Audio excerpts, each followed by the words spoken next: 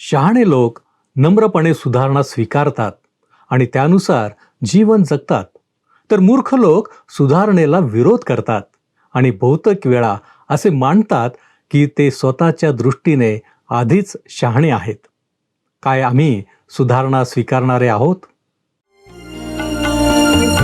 उपासना उपासना उपासना उपासना प्रभुजी करो उपासना प्रभुजी करो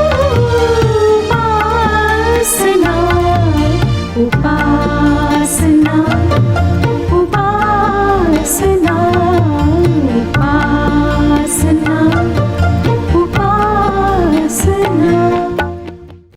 प्रिय बंधू आणि भगिनींनो, आपला तारणारा प्रभू येशू ख्रिस्त याच्या सामर्थ्यवान नावात आपणा सर्वांचे उपासना कार्यक्रमात हार्दिक स्वागत.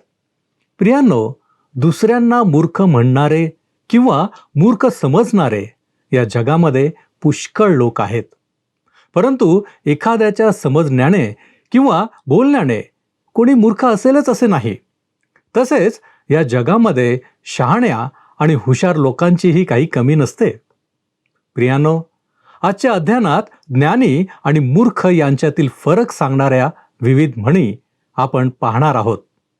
आमच्यामध्ये शहाणपण का असावे आणि ते आमच्यामध्ये कसे येईल आणि त्यामुळे आमचे जीवन कसे नीतिमान होऊ शकेल हे आपणास समजणार आहे. तर मग चला प्रियांनो, आपण आपल्या अध्ययनाची सुरुवात करूया. श्रोत्यांनो, मागच्या कार्यक्रमात आपण नीतिसूत्रे या पुस्तकाच्या 13व्या अध्यायाचा अभ्यास पूर्ण केला. आज आपण याच पुस्तकाच्या 14व्या अध्यायातील काही वचनांचा अभ्यास करणार आहोत. हे पुस्तक पवित्र शास्त्राचा एक महत्वाचा भाग आहे आणि यातील वचनांमध्ये देवाचे ज्ञान छोट्या छोट्या वाक्यांमध्ये प्रकट झालेले आपल्याला दिसते. ही वाक्ये पवित्र शास्त्रातील काही पात्रांना, लोकांना अनुसरून आहेत. तसेच ते आमच्यापैकी अनेकांनाही लागू पडतात. 14वा अध्याय, पहिलं वचन. प्रत्येक सुज्ञ स्त्री आपले घर बांधिते, पण मूर्ख स्त्री आपल्या हातांनी ते पाडून टाकीते. या ठिकाणी हातांनी घर बांधणे असा अर्थ अभिप्रेत नाही, तर स्वतःचे घर, कुटुंब प्रस्थापित करणे असा अर्थ अभिप्रेत आहे. सारा अशा स्त्रियांपैकी एक होती. तिने इस्रायलाचे घराणे प्रस्थापित केले. तसेच मोशेची आई योखाबेद हिनेही आपले घर बांधले. जरी ती परक्या देशात गुलाम होती, तरी आपल्या मुलाला वाचविण्याकरिता तिने त्याला लपविले, त्यावर लक्ष ठेवले आणि त्याच्यासाठी ती फारोच्या कन्येच्या सेवेत दाखल झाली. तिने मोशेला देवाविषयी व त्याने इस्रायलाला जे अभिवचन दिले त्याविषयी शिकवले. ती एक चांगली माता होती व तिने आपले कुटुंब प्रस्थापित केले. पण मूर्ख स्त्री आपल्या हातांनी ते पाडून टाकते असे आपण पुढे वाचले. आणि अशा अनेक स्त्रिया आम्हाला पवित्र शास्त्रामध्ये आढळतात की त्यांच्या दुष्टपणामुळे त्यांनी बांधलेली घरे उद्ध्वस्त झाली. त्या संदर्भात इतिहासाचे दुसरे पुस्तक 22वा अध्याय 2 आणि 3 वचने सांगतात. इतिहासाचे दुसरे पुस्तक 22वा अध्याय 2 आणि 3 वचने. आजा राज्य करू लागला तेव्हा तो 42 वर्षांचा होता. त्याने यरुश्लेमात 1 वर्ष राज्य केले. त्याच्या आईचे नाव अथल्या, ती अमरीची नात. त्याची चालचलणूक आहाबाच्या घराण्यासारखी होती, कारण दुष्कृत्य करण्यास त्याची आई त्याला सल्ला देत असे. तिच्या सल्ल्यामुळे आहाबाचे घराणे नाशाच्या, पतनाच्या मार्गास लागले. नीतिसूत्राचे आत्ताच आपण वाचलेले वचन आजच्या स्त्रियांनाही लागू पडते. मी असे म्हणत नाही श्रोत्यांनो की कौटुंबिक शांती व समृद्धी केवळ स्त्रीवर अवलंबून असते, पण या गोष्टीकरिता स्त्रीचा वाटा सिंहाचा आहे. ही गोष्ट खरी आहे. परमेश्वराने स्त्रीला जे मानसिक सामर्थ्य व आत्मिक सौंदर्य दिले आहे, त्याच्या बळावर ती स्वतःचे कुटुंब निश्चितच प्रगतीच्या, समृद्धीच्या मार्गावर आणू शकते. आत्मिक जीवन, देवाचे भय, मानवी मूल्ये, प्रीती, सहनशीलता, त्याग या सर्व गोष्टी मुले वडिलांपासून नाही तर आईपासून शिकतात. जर आईचे वर्तन वाईट असले तर ती आपल्या मुलांना चांगले कसे बनवू शकेल? एवढेच नाही तर तिचा पती जर चांगला असला तर ती आपल्या दुर्वर्तनाने त्याला लाजवते आणि अशा प्रकारे स्वतःच्याच हाताने स्वतःचे कुटुंब उद्ध्वस्त करते. आपल्या स्वतःकडे पहा. प्रिय बहिणीनो, आपल्या आजूबाजूला पहा आणि नीतिसूत्राच्या या वचनावरून आत्मपरीक्षण करा. तुम्ही आपल्या मुलांमध्ये देवाचे भय कितपत निर्माण केले आहे? तुम्ही कोणती मूल्ये जोपासण्यास त्यांना शिकवले आहे? काय तुम्हाला खात्री आहे का की तुमची मुले मोठेपणी तुमच्याकडे वळून योग्य शिक्षणाकरिता तुम्हाला धन्य म्हणतील? नीतिसूत्राचा लेखक 14व्या अध्यायाच्या 2ऱ्या वचनात लिहितो, जो सरळपणे चालतो तो परमेश्वराचे भय धरितो, पण ज्याचे मार्ग कुटील असतात तो त्याला तुच्छ मानितो. या वचनाचा अर्थ असा आहे प्रिय श्रोत्यांनो, की आमच्या वर्तणुकीवरून आमचे देवाबरोबर कसे संबंध आहेत ते स्पष्ट होते. प्रेषित योहान आम्हाला त्याच्या पहिल्या पत्राच्या 2ऱ्या अध्यायातील 6व्या वचनात लिहितो, योहानाचे पहिले पत्र 2रा अध्याय 6वे वचन, मी त्याचमध्ये राहतो असे म्हणणाऱ्याने तो चालला तसे स्वतःही चालले पाहिजे. म्हणजे प्रभू येशू ज्याप्रमाणे प्रभू पित्याच्या आज्ञेनुसार चालत असे त्याप्रमाणे असायला हवे. शमूएलाने ही गोष्ट शाऊल राजाला स्पष्टपणे सांगितली. तो त्याला काय म्हणाला ते आपण शमूएलाचे पहिले पुस्तक 15वा अध्याय 22व्या वचनात वाचूया. यज्ञापेक्षा आज्ञा पाळणे बरे, एडक्याच्या वपेपेक्षा वचन ऐकणे बरे. देवाची आज्ञा पाळणे ही एक फार महत्वाची गोष्ट आहे. त्याशिवाय आमची धार्मिकता खोटी व दांभिक आहे. 14व्या अध्यायातील 3रे वचन सांगते, मूर्खाच्या तोंडीच गर्वाची काठी असते, पण सुज्ञाची वाणी त्याचे रक्षण करीते. ह्यावरून मला गोल्याथ व दावीद ह्यांची आठवण येते. आपण बलिष्ठांचे शूरवीर आहोत अशा गोल्याथाने खूप बढाया मारल्या. जेव्हा दावीद त्याच्याशी युद्ध करायला पुढे आला तेव्हा गोल्याथ त्याला म्हणाला, मी काय कुत्रा आहे म्हणून तू काठी घेऊन माझ पुढे आला आहेस? त्या बलिष्ठाने आपल्या देवाची नावे घेऊन दाविदास शिव्या शाप दिले. तो दाविदास म्हणाला, असा जवळ ये म्हणजे तुझे मांस आकाशातल्या पक्षास व वनपशूस देतो. परंतु सुज्ञांची वाणी त्यांचे रक्षण करते. या वचनाप्रमाणे दाविदाने काय केले ते पहा. दावीद त्याला म्हणाला, तू तलवार, भाला व बर्ची घेऊन मजवर चढून आला आहेस, पण इस्रायली सैन्याच्या देवाला तू तुच्छ लेखले आहेस. त्या सेनाधीश परमेश्वराच्या नावाने मी तुझकडे आलो आहे. आणि श्रोत्यानो, दाविदाच्या या बोलण्याचा व भूमिकेचा परिणाम काय झाला हे आपणाला ठाऊकच आहे. आता 14वा अध्याय 4थे वचन पहा. बैल नसले तर गोठा स्वच्छ राहतो, पण बैलाच्या बलाने धन समृद्धी होते. ही एक मनोरंजक सूत्र आहे. पवित्र शास्त्रात अनेक ठिकाणी बैलाला एक उदाहरण म्हणून वापरण्यात आले आहे. तसेच बैल हा यज्ञ पशु आहे. बैल एक बलवान प्राणी आहे आणि आपल्या देशात अजूनही शेतीच्या कामात बैलाला पर्याय नाही. बैलाचा बाजार, शेती वगैरेच्या बाबतीत केवढा उपयोग होतो हे मी तुम्हाला सांगण्याची गरज नाही. परंतु बैलाचा गोठा स्वच्छ करणे ही एक अप्रिय गोष्ट असते. गोठा स्वच्छ करण्यापासून सुटका हवी असेल तर बैलालाही निकालात लावावे लागेल. बैल नसला तर गोठा स्वच्छ राहतो, पण त्याबरोबर बैलाची शक्ती उपयोगी पडत नाही, हा तोटाही होतो. यातून आम्हाला एक महत्वाचा आध्यात्मिक धडा शिकायला मिळतो. कधी कधी आपल्या मंडळांमधील काही समस्या सोडविण्याचा आम्ही प्रयत्न करतो आणि बैलाला काढून टाकून गोठा स्वच्छ करण्याचा प्रयत्न करतो. ही गोष्ट मला आता अधिक स्पष्ट करू द्या. मंडळीमध्ये काही अतिउद्योगी लोक असतात आणि त्यांना वाटतं की आपण मंडळी स्वच्छ ठेवायला हवी. मग ते पवित्र शास्त्र अध्ययनाची मागणी करणाऱ्यांना मंडळी बाहेर काढण्याचा प्रयत्न करतात. मला वाटतं असे करून ते मंडळीला तिच्या सामर्थ्यापासून वंचित करू पाहतात. अनेक मंडळांमध्ये ही गोष्ट घडली आहे आणि अशा घटना घडल्यानंतर हे सिद्ध झाले आहे की पवित्र शास्त्राचे अध्ययन मागणाऱ्या लोकांमध्येच मंडळीचे खरे सामर्थ्य होते. कारण मंडळीला आर्थिक सहाय्य याच लोकांकडून होते. प्रेषण कार्यासाठी याच लोकांनी सुवार्तिकांना पाठवले. मंडळीचा खर्च याच लोकांनी उचलला आणि अशा लोकांना मंडळीच्या बाहेर काढण्यापूर्वी या लोकांचे आम्हाला सहाय्य केवढे होते याचा ह्या लोकांनी विचार करायला हवा होता. तात्पर्य हे की काही गैरसोयींमुळे आपण आपल्या मोठ्या फायद्याच्या गोष्टी गमावू नयेत.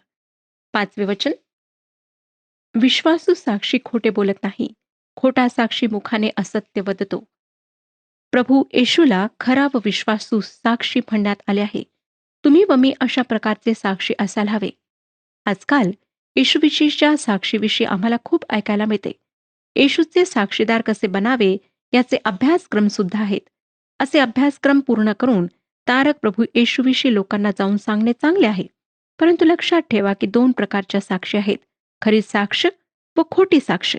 जर तुम्ही लोकांना सांगितले की येशू तारण देतो, संरक्षण व समाधान देतो, तर तुम्ही खरोखर सत्य सांगता का?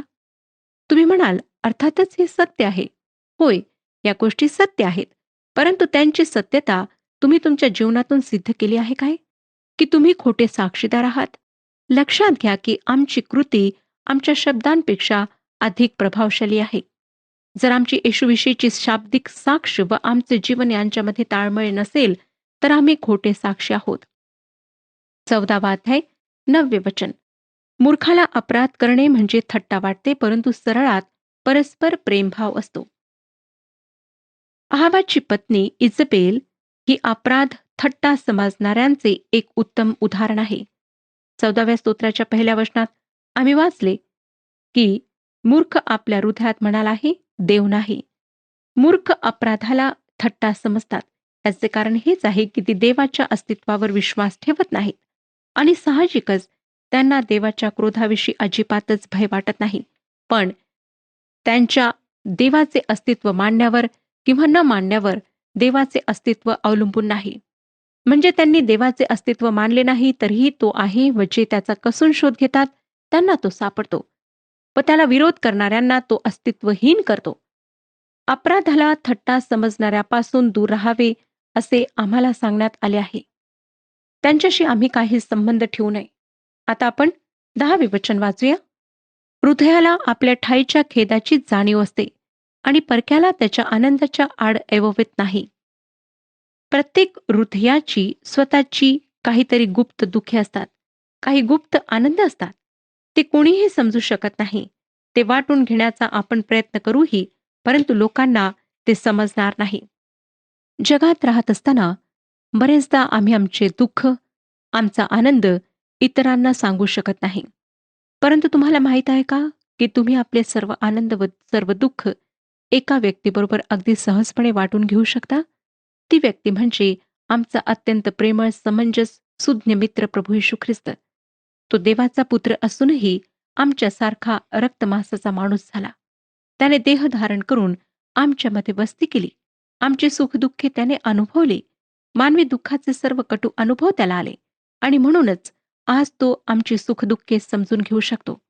आमच्या जीवनातले एकही दुःख असे नाही की ते तो समजू शकत नाही. मला तर श्रोत्यांनो खूपदा हे अनुभवाने समजले आहे की माझ्या वैयक्तिक सुखदुःखाला माझे प्रियजन एक वेळ समजू शकत नाहीत. पण माझ्या हृदयाची स्पंदने ही प्रभू येशूला, माझ्या प्रेमळ मित्राला ठाऊक आहेत. माझ्या दुःखात तो सामील होतो. ते तो नीट समजून घेतो व मला खरोखर धीर मिळेल असे माझे सांत्वन करतो. प्रिय श्रोत्यानो, हा फक्त माझा एकटीचा अनुभव नाही, तर जे ख्रिस्ताला अनुसरण्याचा सचोटीने प्रयत्न करतात त्या प्रत्येक ख्रिस्ती व्यक्तीचा आहे. कोण मित्र येशूवाणे सारे ओझे वहाया, हे गीत ज्याने लिहिले त्याच्या जीवनाकडे थोडेसे जवळून पाहिले तर त्याच्या या गीतातले सत्य दिसून येईल.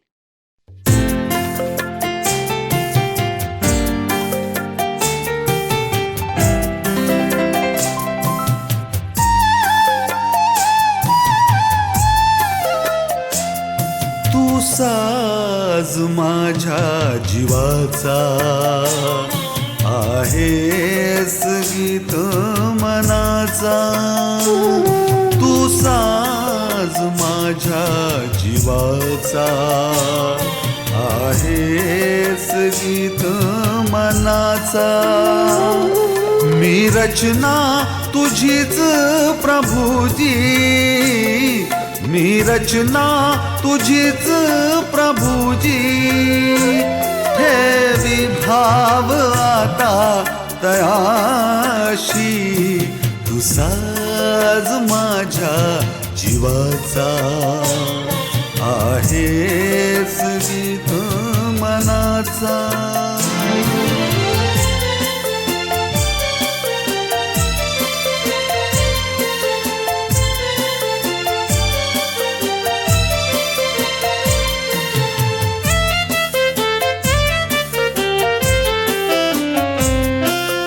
येशूची प्रीती वर्णी त्रिभुवनात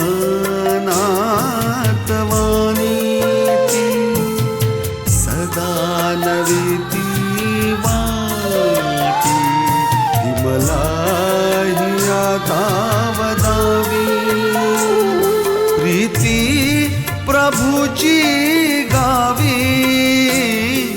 प्रीती प्रभूची गावी, त्याची ही कृत्ये वर्णावी. तू साज माझ्या जीवाचा, आहेस गीत मनाचा.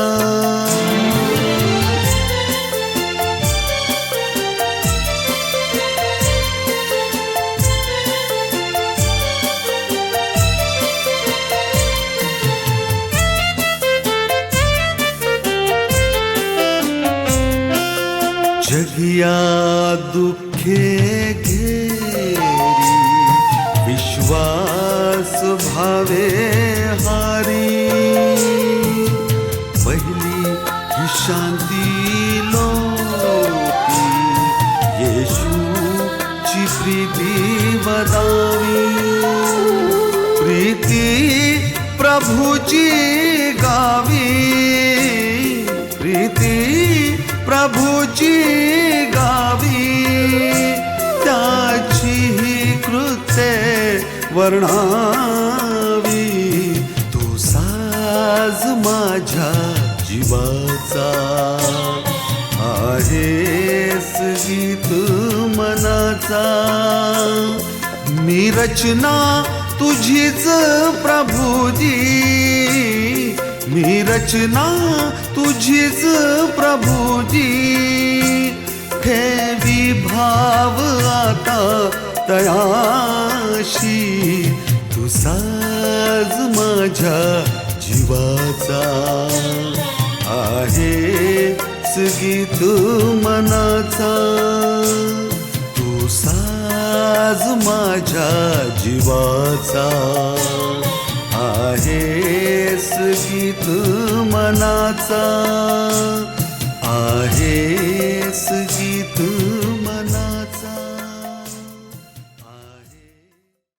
नीतिसूत्रातले हे वचन आम्हाला सांगते, हृदयाला आपल्या ठाईच्या खेदाची जाणीव असते. पण पवित्र शास्त्र आम्हाला ही सुद्धा खात्री देते की प्रभू येशू ख्रिस्त आमचा खरा मित्र, खरा सखा आहे. तो आम्हापैकी प्रत्येकाला मोठ्या प्रेमाने बोलावून म्हणतो, अहो कष्टी व भाराक्रांत जन हो, तुम्ही सर्व मजकडी या, म्हणजे मी तुम्हास विसावा देईन. आज होऊ शकतं श्रोत्यानो की तुमच्यापैकी काही फार एकाकी आहेत, दुःखी आहेत, तुमचे हृदय खेदाने भरून गेले आहे आणि आपल्याला समजून घेणारे कोणी नाही असे तुम्हाला वाटत आहे. पण अशा एकाकीपणाच्या पोकळीतून प्रभू येशूला साथ घाला, त्याच्या जवळ या, त्याला आपले दुःख सांगा. तो तुमची हाक ऐकून तुम्हाला सहाय्य करायला नक्कीच येईल. तो त्याला हाक मारणाऱ्या त्याच्या लोकांना धीर देऊन म्हणतो, मी तुम्हास अनाथ असे सोडणारच नाही, तर मी तुम्हाकडे येईन. ख्रिस्ताशिवाय दुसरा कोणी जिवलग मित्र होऊ शकत नाही.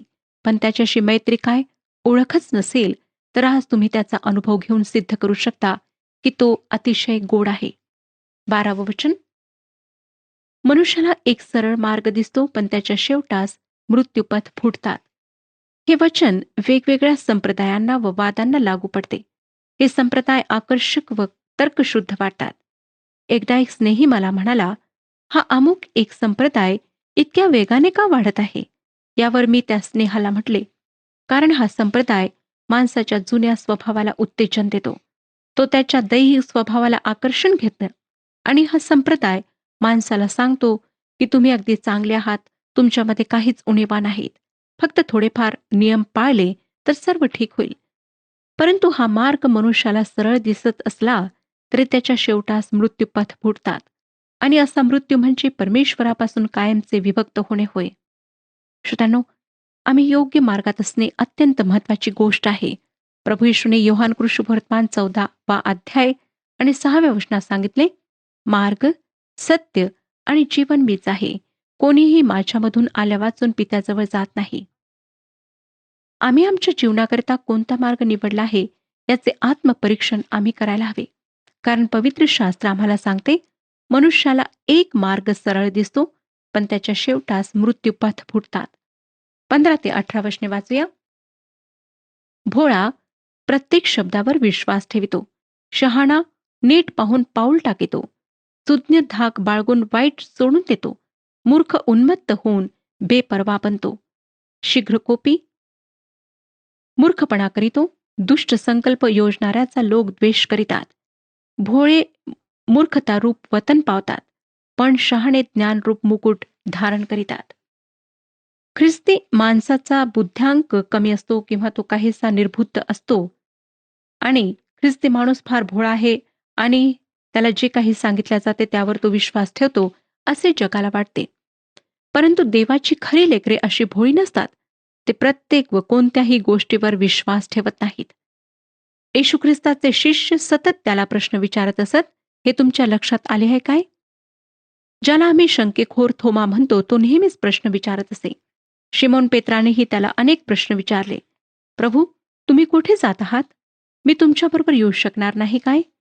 शांत असणाऱ्या फिलिप्पानेही त्याला विचारले, आम्हाला पिता दाखव म्हणजे पुरे. यहूदा इस्करियोत नव्हे तर दुसरा म्हणाला, तू या गोष्टी आम्हाला दाखवणार आहेस पण त्या जगाला दाखवणार नाही, हे कसे? हे लोक सतत प्रश्न विचारत असत. जर तुम्ही देवाचे लेकरू असाल तर तुम्ही भोळे असणार नाही. जे काही ऐकाल ते तुम्ही ग्रहण करणार नाही. विश्वास म्हणजे अंधारात मारलेली उडी नाही श्रोत्यानो, किंवा ती एखाद्या गोष्टीवर मारलेली पैजही नाही, किंवा जे तसे नाही हे तुम्हाला माहीत आहे त्यावर विश्वास ठेवणे त्याला विश्वास म्हणतात, अशी लहान मुलीने केलेली व्याख्याही नव्हे. परमेश्वर म्हणतो की जर तुमच्या विश्वासाला भक्कम पाया नसेल तर विश्वास ठेवू नका. म्हणजे भोळा प्रत्येक शब्दावर विश्वास ठेवतो पण शहाणा ऐकलेल्या प्रत्येक गोष्टीची पारख करतो. देवाचे भय शहाण्या माणसाला ऐकलेल्या गोष्टींची पारख करायला लावते. तो फसवल्या जात नाही. उपदेशक बोलत आहे म्हणून तो उपदेशकावर विश्वास ठेवणार नाही. देवाचे वचन काय सांगते हे तो शोधून पाहिल. आणि अशा सुज्ञ विश्वासणाऱ्यांचे उत्तम उदाहरण म्हणजे बिरुया येथील मंडळी होय. त्यांच्याविषयी प्रेषितांची कृत्ये 17 अध्याय 11 वचन सांगते. तेथील लोक थेसलनिकातल्या लोकांपेक्षा अधिक थोर मनाचे होते. त्यांनी मोठ्या उत्सुकतेने वचन अंगीकारले आणि या गोष्टी अशाच आहेत की काय याविषयी ते शास्त्रलेखात दररोज शोध करीत असत. प्रिय श्रोत्यानो, मी तुम्हाला सांगते म्हणून तुम्ही त्यावर विश्वास ठेवू नका. मी काही देवाची वाणी नाही. मी सर्वज्ञ नाही की परिपूर्णतेने बोलणारी व्यक्ती नाही. मी जे काही बोलते त्याविषयी तुम्ही देवाच्या वचनाच्या साह्याने पारख करा. तुम्ही जे ऐकता त्याविषयी शास्त्रलेखा शोध करा. कारण अनेक ठिकाणी लोक माध्यमांमधून गोड वाटणारे विचार प्रसारित केले जात आहेत. पण तुम्ही ते सर्व जे काही ऐकता त्यावर विश्वास ठेवू नका.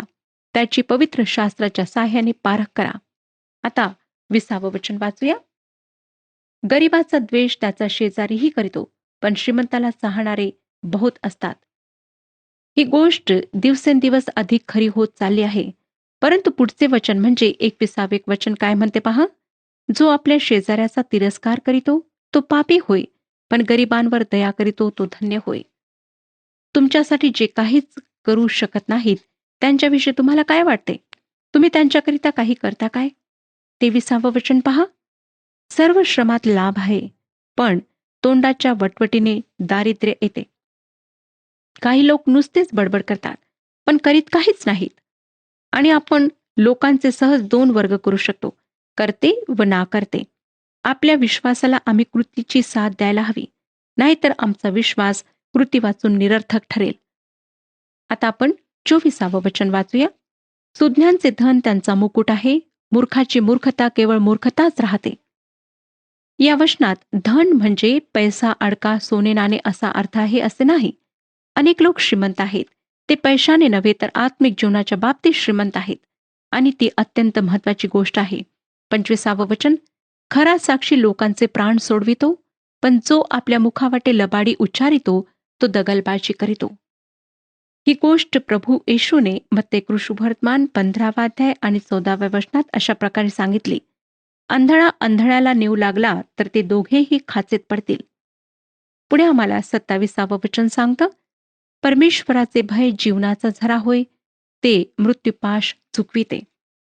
श्रोत्यानो, या संपूर्ण पुस्तकातून देवाच्या भयाविषयी आम्हाला पवित्र आत्म्याने शिकवले आहे.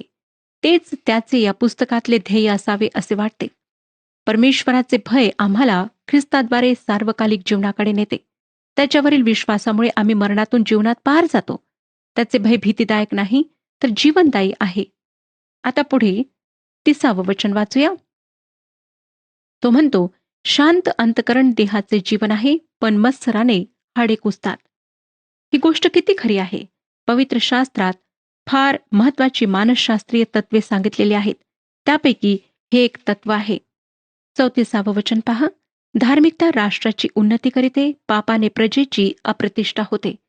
मला वाटतं की राष्ट्र संघटनेचे ध्येय तलवारीचे फाळ केले जातील अशा अर्थाचे वचन आहे. त्या वचनाऐवजी आताच आपण वाचलेले वचन असायला हवे. कारण येशू ख्रिस्त दुसऱ्यांदा येईपर्यंत तशी शांती जगामध्ये येणार नाही.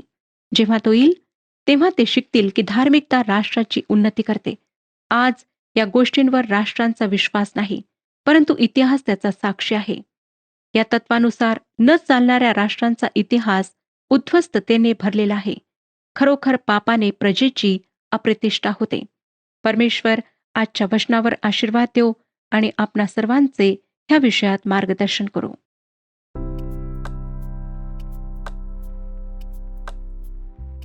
मागील कार्यक्रमातील प्रश्नाचे उत्तर आहे डी. कपटी इसमांचा मार्ग खडतर असतो.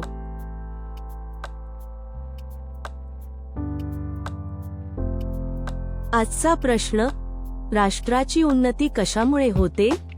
ए. ऐक्याने, बी. सहकार्याने, सी. नीतिमत्तेने, डी. यापैकी एकही नाही.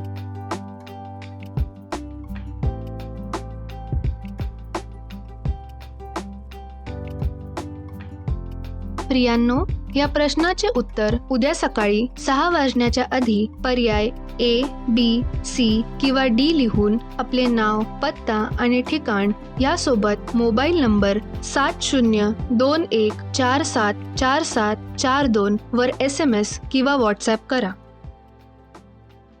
प्रियांनो, मनुष्याचे जीवन क्षणभंगूर आहे. परमेश्वर जर आमच्या जीवनामध्ये नाही तर आमचे जीवन अनिश्चित असे बनते. परंतु परमेश्वराचे भय जेव्हा आमच्या जीवनात असते त्यावेळेस निश्चितच आशामय आणि आशीर्वादित बनते. आम्ही हे देखील पाहिले की आम्ही गरिबांवर दया करावी, बोलण्यातही आम्ही संयमी असावे. आणि होय, मूर्ख लोक देवाचा द्वेष करतात आणि स्वतःच्या मूर्ख शब्दांनी स्वतःचे नुकसान करतात. म्हणून आम्ही शहाणे असावे. मूर्खपणा स्वतःवर अरिष्ट ओढवून घेतो. प्रियांनो, वास्तविक पाहता या सर्व मार्गदर्शनाशिवाय आम्ही शांतपणे विचार करणे आवश्यक आहे. ज्यामध्ये देवाचे गौरव आहे त्याच गोष्टी करण्यासाठी आमचे प्रयत्न असावेत. काय आपण या सर्व गोष्टींवर पुन्हा एकदा विचार कराल काय? आपण प्रार्थना करूया. आमच्यावरती दया आणि कृपा करणाऱ्या आमच्या महान प्रेमळ परमेश्वरा, धन्यवाद देतो, तुझी स्तुती करतो आमच्या जीवनाबद्दल, यासाठी की प्रभूजी आमचं जीवन तुझ्या नियंत्रणामध्ये आहे. तू आम्हाला चालवतोस, तू आम्हाला मार्गदर्शन करतोस आणि याबद्दल प्रभू परमेश्वर देवप्पा आमचं जीवन हे आशीर्वादित होत आहे. प्रभूजी, आम्ही तुला विनंती करतो की जो मार्ग तू आम्हाला दाखवलेला आहे त्या मार्गावरती आम्ही सरळतेने चालावं. आमचं लक्ष इतरत्र जाऊ नये म्हणून प्रभूजी आम्हाला तुझं सहाय्य हवं आहे. आम्ही स्वतःला तुझ्या हातामध्ये सोपवतो. तू आमचा स्वीकार कर, तू आम्हाला आशीर्वादित कर. येशू ख्रिस्त आमचा प्रभू याच्याद्वारे मागतो म्हणून तू ऐक. आमेन. प्रभू येशूची कृपा आपणाबरोबर सदैव असो.